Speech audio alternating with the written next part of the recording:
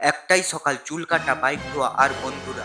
এই ছোট্ট দিনটা কেন এত স্পেশাল হলো দেখো শেষ পর্যন্ত।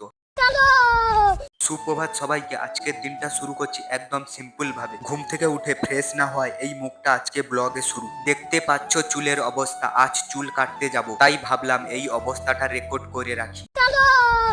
এখন বেরিয়েছি বাইক নিয়ে, রাস্তায় হালকা হাওয়া, সকালটা একদম ফ্রেশ লাগছে। এই তো চুল কাটা শেষ, এখন একটু হালকা লাগছে। তোমাদেরকে কেমন লাগছে বলো তো? বাড়ি ফিরেই আমার নজর পড়লো ডেভিড পুত্র দিকে। রোজ চালাই কিন্তু আজ ওকে একটু সময় দিলাম। ধুয়ে মুছে পরিষ্কার করলে বাইকটাও যেন নতুন লাগে। পানি পড়ছে, ধুলো যাচ্ছে, হাত দিয়ে বাইকের বডিটাই যখন পরিষ্কার করলাম মনে হচ্ছিল বাইক না, নিজের যত্ন নিচ্ছি। তাই বাইকে কি শুধু জল দিলেই হবে? তাই আমিও একটু শ্যাম্পু দিয়ে বাইকটাকে ভালো করে ঘষে ঘষে ধুয়ে দিলাম। কিছুক্ষণ ঘষাঘষি করে ধোয়ার পরে পরিষ্কার বাইকটা রোদে দাঁড় করিয়ে রেখে দেখছি একদম ফ্রেশ লাগছে। ঠিক তখন বন্ধুরা এসে হাজির। চারজন মিলে সাইকেলের পাশে বসে শুধু কথা আর হাসি। হঠাৎ প্ল্যান হলো চল একটু ঘুরে আসি। কখনো বিশেষ না, কিন্তু একসাথেই থাকলে জায়গাটা সুন্দর হয়ে যায়।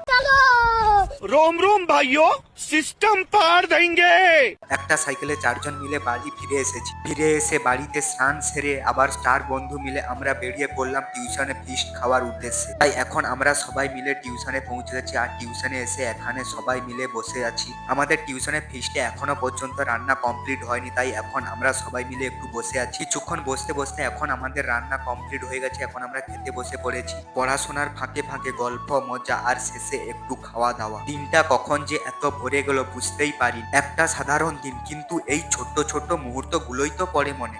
এই ছিল আজকের ছোট্ট মিনি ব্লগ। ভালো লাগলে লাইক দিও আর এমন সাধারণ দিনের গল্প পেতে পাশে থাকো।